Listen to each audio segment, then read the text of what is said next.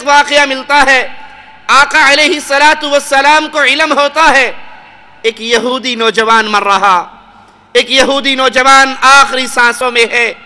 امام الانبیاء، امام کائنات، امام اعظم، قائد اعظم محمد الرسول اللہ صلی اللہ علیہ وسلم اس بچے کے گھر میں پہنچ جاتے ہیں، اس نوجوان کے سرہانے پہ بیٹھتے ہیں۔ یہودی ہے وہ یہودی نوجوان ہے، لیکن آقا کا درد، آقا کی محبت، میرے امام کا درد، دعوت کا ہم اور غم آپ کو کتنا ہے؟ اس کے سرہانے پر بیٹھ کر کہتے ہیں یا غلام قل لا الہ الا اللہ، اے لڑکے ایک بار میرے کان میں لا الہ الا اللہ کہہ دے۔ وہ اپنے بابا کو دیکھتا ہے، اس کا باپ کہتا ہے کہہ دے جو ابو القاسم نے کہا ہے۔ وہ کہتا ہے اشہد ان لا الہ الا اللہ۔ میرے آقا چہرہ مبارک پھول کی طرح کھل اٹھتا ہے، اس کے بھی دروازے تک نہیں پہنچتے کہ آخری ہچکی کی آواز امام الانبیاء کے پردہ سماعت سے ٹکراتی ہے۔ آپ کہتے ہیں اللہ کا شکر ہے ایک جان جہنم سے اور آزاد ہو گئی۔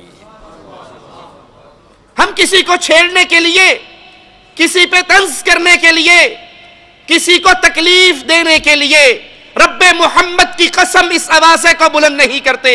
ہمارا مقصد تو وہی ہے جیسے ایک مسافر کو پتہ لگ جائے اس راستے پر ایک اژدہا بیٹھا ہے، ہر گزرنے والے کو کاٹ لیتا ہے، وہ لال جھنڈی لے کر روڈ پہ کھڑا ہو کر ہر آنے والی گاڑی کو، وہ اس کو جانتا ہو یا نہ جانتا ہو، اس کے عزیز ہو یا اس کے غیر ہو، وہاں کھڑے ہو کر روکتا ہے بھائی آگے نہ جانا، راستے پہ ایک اژدہا ہے، تمہاری زندگی کو خطرہ ہے۔ او اسلام کا نام لینے والو، او لا الہ الا اللہ کا اقرار کرنے والو، او میرے نبی کو اپنا قائد اور آقا ماننے والو، میرے نبی کی امت میں شامل ہونے والو، میرے نبی کا کلمہ پڑھنے والو، میرے نبی کا لایا ہوا قرآن پڑھنے والو، کچھ کام ایسے ہیں، کچھ امور ایسے ہیں، کچھ مسائل ایسے ہیں، اللہ کی قسم اگر تم نے ان کو نہ سمجھا، تم نے ان کو نہ سیکھا، تم اس سے نہ بچے تو ہو سکتا ہے تم ساری عمر اسلام کا نام لیتے ہوئے گزار دو اور اسلام سے تمہارا کوئی رشتہ اور تعلق باقی نہ رہا ہو۔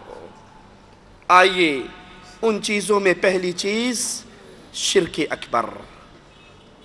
شرک اکبر وہ جرم ہے، وہ خطا ہے، وہ ظلم ہے، وہ امر ہے جو انسان شرک اکبر کی وادی میں داخل ہو جاتا ہے۔ اب وہ نماز پڑھتا ہے پڑھتا رہے، روزہ رکھتا ہے رکھتا رہے، حج کرتا ہے کرتا رہے، جہاد کرتا ہے کرتا رہے، جب وہ شرک اکبر کے جرم میں شامل ہو جاتا ہے، اس سے قولی طور پر، عملی طور پر، اعتقادی طور پر، زبانی طور پر ایسے اعمال، ایسے اقوال صادر ہوتے ہیں جس کو شریعت شرک اکبر قرار دیتی ہے۔ تو اللہ کی قسم شرک اکبر کرنے والے کا اسلام سے کوئی رشتہ باقی نہیں رہتا اگر وہ بغیر توبہ کیے مر جائے۔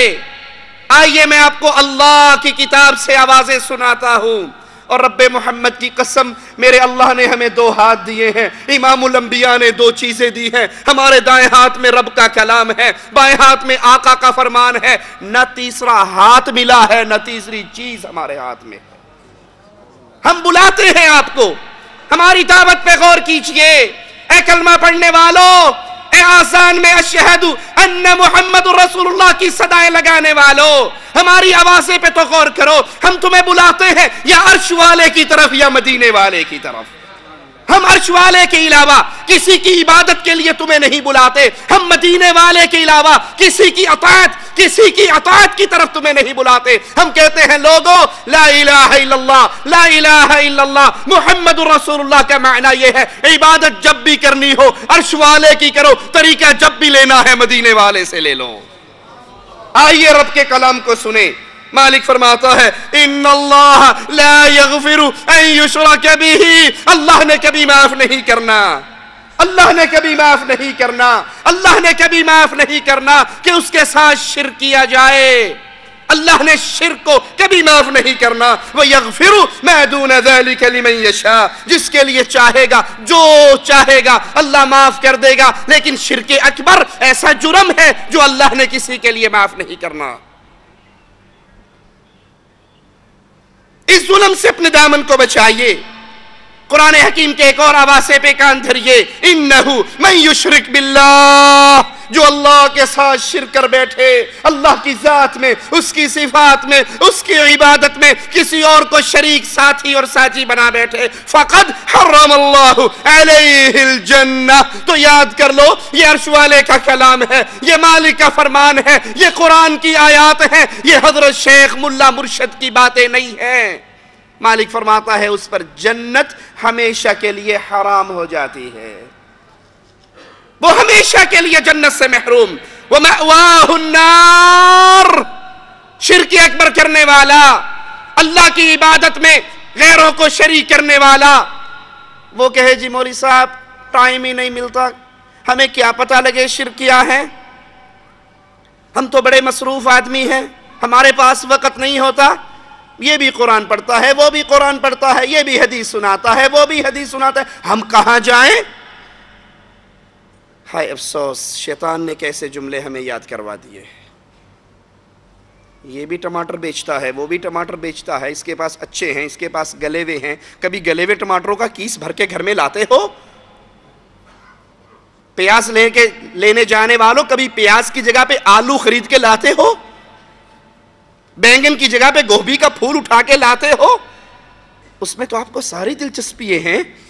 آلو اٹھا کر دیکھتے ہو گلاوا تو نہیں ہے، ٹماٹر کو دیکھتے ہو پلپلا تو نہیں ہے، سبزی کو دیکھتے ہو باسی تو نہیں ہے. اللہ کے قرآن کی اتنی عزت بھی نہیں رہی ہمارے دلوں میں کہ ہم سوچ تو لیں، ہم تحقیق تو کر لیں. اللہ کا کلام، اللہ کا قرآن، میں اس کو پڑھ کر ترجمے سے دیکھوں تو صحیح، مالک نے منع کس بات سے کیا ہے، مالک نے حکم کس بات کا دیا ہے. مالک فرماتا ہے مأواہ النار، شرک اکبر کرنے والے کا ٹھکانہ ہمیشہ کی جہنم ہے. آئیے شرک اکبر کی 4 بڑی قسمیں میں آپ کے سامنے بیان کرتا ہوں. سب سے پہلے دعا میں شرک.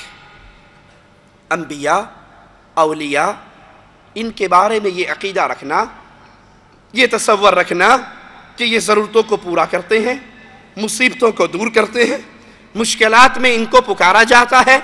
یہ مصیبت میں کوئی پکارے، کوئی دکھ میں پکارے، کوئی غم میں پکارے تو اللہ کے اولیاء، اللہ کے ولی، اللہ کے انبیاء وہ ان مصیبتوں کو دور کر سکتے ہیں. وہ مشکل کشا ہیں، وہ حاجت روا ہیں، وہ غوث اعظم ہیں، وہ بری کرنے والے ہیں، وہ غریب نواز ہیں، وہ بندہ نواز ہیں، وہ بندہ پرور ہیں. جہاں چاہے کھڑے ہو کر آوازہ لگا دو.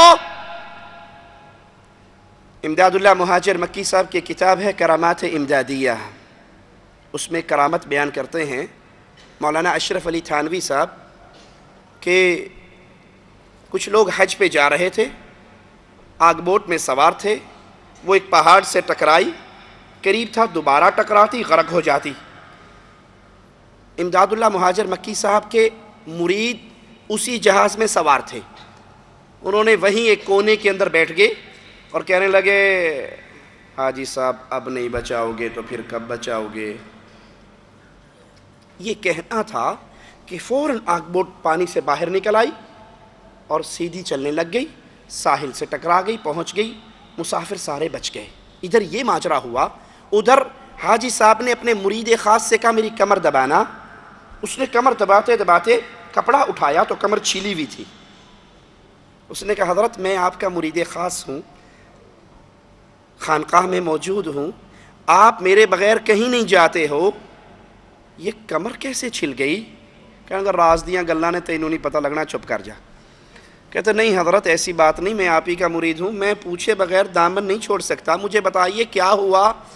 کہا اصل میں تیرا ایک مرید بھائی آگ بوٹ میں سوار تھا، وہ پہاڑ سے ٹکرائی تھی، قریب تھا کہ دوبارہ ٹکراتی اور وہ جہاز غرق ہو جاتا. اس نے مجھے پکارا، میں بے چین ہو گیا اور میں نے جا کر اس کو کندھا دیا اور کندھا لا کے پار کر دیتا. اس سے چھل گئی ہوگی، کسی کو نہ بتانا. اب وہ گنگو میں بیٹھا ہے، یہ جدہ کے ساحل پر پہنچا ہوا ہے.